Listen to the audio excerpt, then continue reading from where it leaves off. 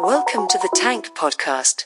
In this episode, Tao Lin speaks to Guy Mackinnon-Little about partnership before sexism and war, Lin's article in the latest issue of Tank.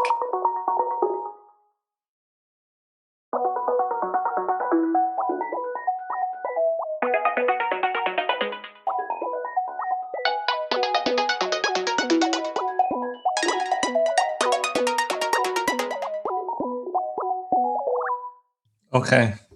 How are you doing? Pretty good.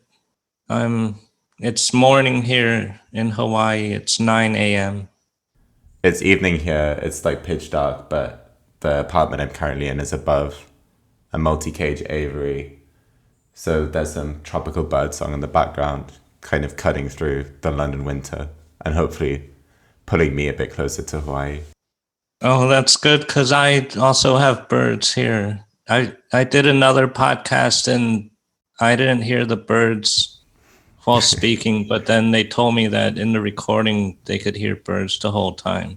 So maybe we'll hear both of our birds. Yeah, there's two podcasts, there's two interviews going on concurrently. But yeah, so I guess we're here to talk about this piece that you wrote for the latest issue of Tank, which is Partnership Before Sexism and War. But before we dive into it too directly, I thought something that might be quite interesting to talk about is that towards the beginning of the piece, you note how from 2014 to 2021, you write around 40 books 40 more books in addition to the one that forms the core of the essay on human history. And that idea of exploratory, kind of obsessive, independent research is something that's really drives the essay and is also very present in Leaf Society, your latest book. And I guess I was sort of curious a bit about what that process looks like for you and the kind of the value of that and the difference perhaps between, research as an activity and just reading books all day, especially with regards to the sort of sources you're looking to where it's predominantly sort of books and authors outside the mainstream, sometimes discredited or ridiculed, and sometimes just sort of, irreverent or eclectic. That's the result of a sort of search on Amazon that kind of then leads you down this train of ideas. I think a bit in Leaf Society, you speak a bit about imagination, about bathing as something that sort of is important to how you think and how you work. And it seems like there's some sort of component to that present in kind of scooping out these like dense reference lists and kind of constructing them to form, some sort of narrative about how things were and why things are the way they are and how they might be otherwise. So yeah, to sort of condense that rant into a more succinct question, I'm really interested in just sort of like what your process looks like as a sort of researcher in terms of scouting out all these sources, or how you first came to sort of embark on that. Yeah, thanks for that question. I started researching by reading nonfiction books and papers and also listening to lectures by people in like 2014, like you said, because around a year before that, I had encountered Terence McKenna, this philosopher and psychedelics promoter, and he promoted learning things for yourself by doing your own research and reading a lot of books. And somehow he just inspired me to do that. And then I started reading books while writing a column about him for Vice. And then after that, my next two books, Trip and Leaf Society, those two books also encouraged me a lot to do my own research and also served as motivation, because I don't think I would have read so many books on human history if I wasn't writing books about it. I might have read just like 3 or 4 books probably. But by combining it with my work and my art, it just all motivates me to go deeper into these subjects. And then while doing that, I found it really rewarding. it just becomes a fun, exciting activity to read a book and fit it into everything else you know. And then also know that so few people are reading, or there's no one else reading the exact set of nonfiction books that I'm reading. So whenever I read a new book, I feel like I'm going someplace other people haven't been before by learning something new and fitting it into everything else I know. There's that great bit in Leaf Society, I think, where you liken it to sort of like microbiome of ideas. So in the same way that you have these millions of tiny organisms swarming around your insides, informing your kind of mood and patterns of thought and so on, there's these ideas which form a sort of similar constellation shaping your view of the world and your capacity for imagination and stuff. Yeah. And you mentioned imagination bathing. That was an idea I had in Leaf Society that was a variation of this thing called forest bathing, that they came up with this term forest bathing in Japan, just for going into a forest and spending time there. And I thought, or just the character in my novel wondered if spending time in the imagination is also healing like forest bathing is. I didn't say it was, but they find it to be really healing. And you were talking about that in terms of research, and there is some of that feeling that while reading, I'm imagination bathing and it's good for me. But I think it depends on what I read. Yeah, I mean, I guess a lot of what I had in mind when I made that link between research and that idea of imagination bathing is that there's a kind of a pleasure maybe in just lingering in an idea rather than, sort of fixating on it in a really absolute way where you kind of become beholden to this thing as the absolute truth or kind of immediately dismissing it. So it's a way of maybe entertaining ideas outside the mainstream without sort of going down this kind of like rabbit hole of becoming really obsessed with this idea in a way that sort of overtakes you in this way that can feel like losing control sometimes. Yeah. And I think a lot of what I enjoyed in both the book and the essay is this capacity to sort of just like hold that idea and kind of take a step back and maybe suspend your own disbelief. And that kind of maybe disempowers more threatening ideas that we wouldn't want to have that hold on us, and maybe opens us up to different ideas that might like have some unseen potential that we can't conceive of from where we are. But I guess sort of specifically within that cluster, it might be good to sort of zero in on the piece a bit and maybe talk a bit about Rian Eisler and how you first came to her ideas and the sort of the dichotomy that forms the center of her thinking and writing, which is this distinction between partnership and dominator culture. Yeah, I encountered Rian Eisler's work through Terence McKenna because McKenna used her terms partnership and dominator throughout his work.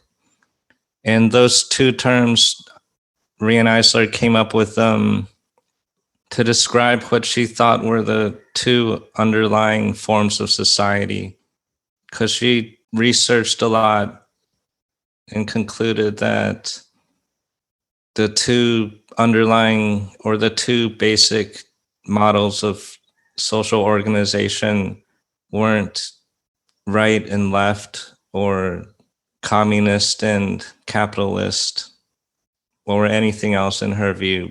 So she came up with these terms, partnership and dominator, to describe the two underlying models. And then she pointed out that a main characteristic of a dominator society is that there's gender inequality.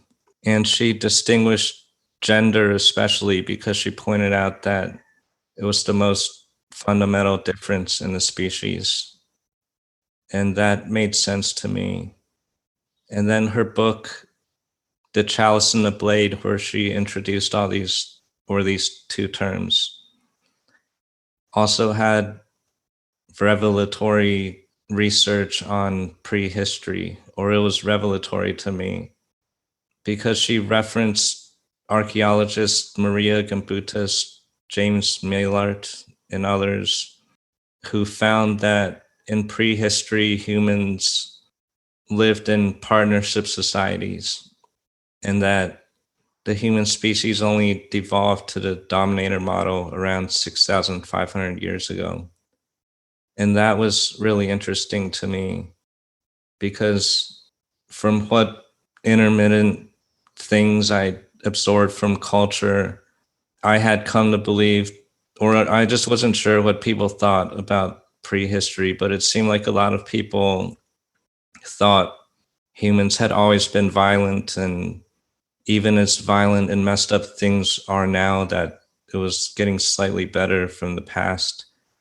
And that's kind of a depressing reality to me. So when I learned from Riane Eisler that based on these other people's research, actually people were peaceful in the past and lived like 90% of the species lifetime in peace, not 90, like 99. That was a hopeful message to me. And just the hopefulness combined with it also actually seeming more accurate just made it an exciting thing to learn more about and write about.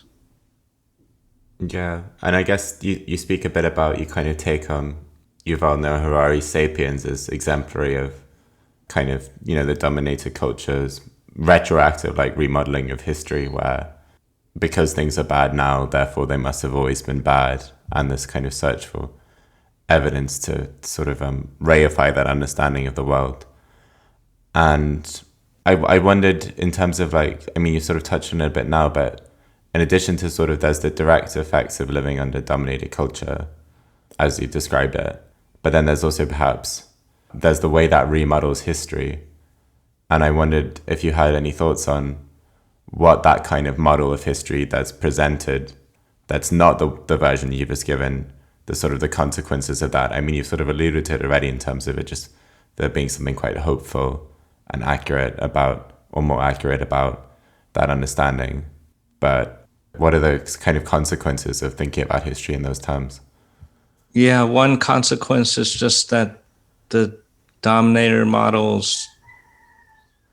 of history seems bleaker and less hopeful and confusing, and like there's nowhere to look for models for a better society. But also, it seems like the mainstream model of history, it must be designed partly, at least unconsciously, to want to just say that it's the right history. So by wanting to do that, and also it probably wants to view itself as important in history. So that probably leads to it suppressing other versions of history and other players throughout history. And also, it just makes it harder for humans as a species to know what to do next if they don't have accurate information on their past. It has all the biases that dominator culture has.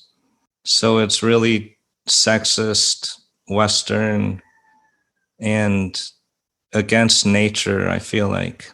Like in the book Sapiens, the author, I feel like he shows his bias against nature when he writes about Aborigines and just people in prehistory and before.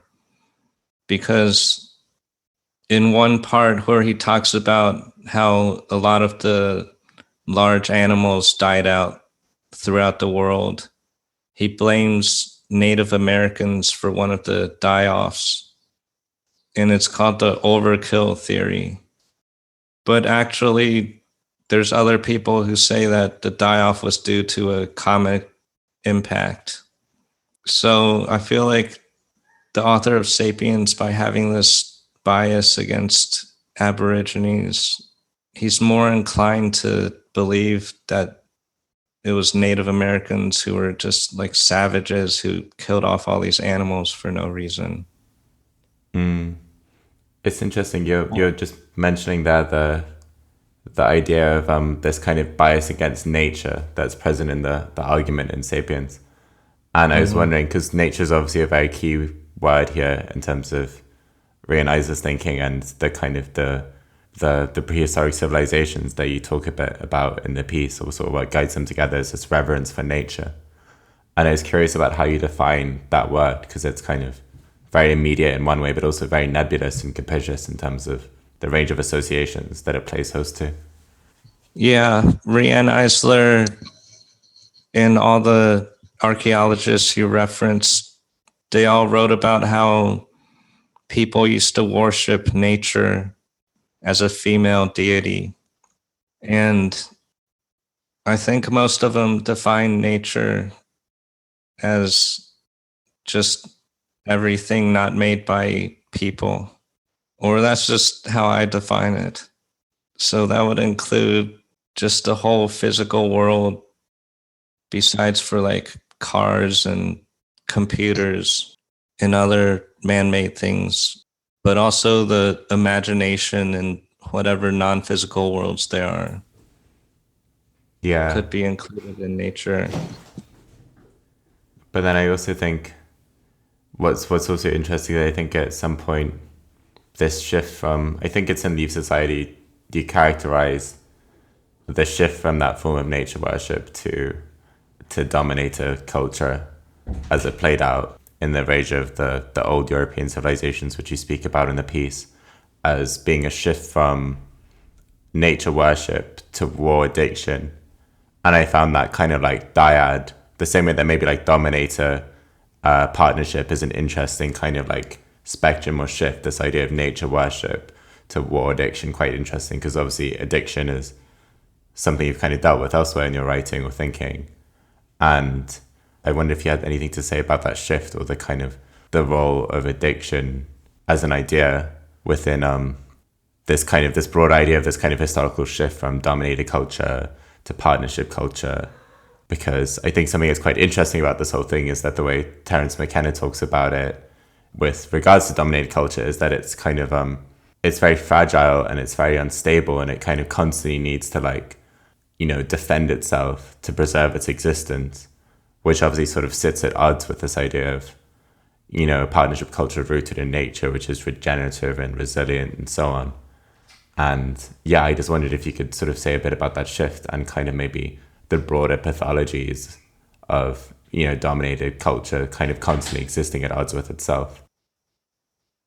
Yeah, dominator culture, it does seem addicted to war. And it does seem fragile because it seems self-destructive. And like on a cosmic scale, it can't last that long. But the nature worship to war addiction change, it does seem drastic. It can seem kind of unbelievable if you just encounter this idea. And I think it did for me too, for like at least a year. And after reading just like one or two books, I kept wanting to, or just part of me felt like these ideas might be exaggerated a little. But then as I read more and more, that seemed wrong of me to think. It does seem like it went from nature worship to war addiction over thousands of years. And in the essay, I wrote that it might have been at its worst when the deity Yahweh came into existence like 3,500 years ago. Because by that point, it was said that he viewed nature as just there for people to use. And then he also just said that women are made to be ruled by men. But since then, we might have been slowly and inconsistently recovering. It's hard to know how bad it is now because just what you see on the news and like what the New York Times tells you might just be the surface of how bad things are. Yeah. And it's also, I guess, something you've alluded to is that the ways that it's hard to make an assessment, perhaps, because, as you're saying, there are these psychological effects of living under dominated culture, which is characterized, as you said, by this sense of bleakness or despair or so on and so forth. And I wondered if it might be interesting to sort of zero in a bit on that. Specifically in the essay, you referenced Terence McKenna's idea of the sort of the dominator society of one, where you become this like first person interface for the system that you're living under. And it would be cool to hear you unpack that a bit, if you don't mind. Mm-hmm. Yeah, it seems like in our global dominator society, everyone is just pretty damaged by the effects of it, starting from birth, just being surrounded by everything skewed towards the dominator side. And it probably explains a lot of the unhappiness and other dissatisfactions people feel through their interactions with other people. And I feel like for me, it led to being addicted to pharmaceutical drugs, or just at one phase of my life, it contributed to that.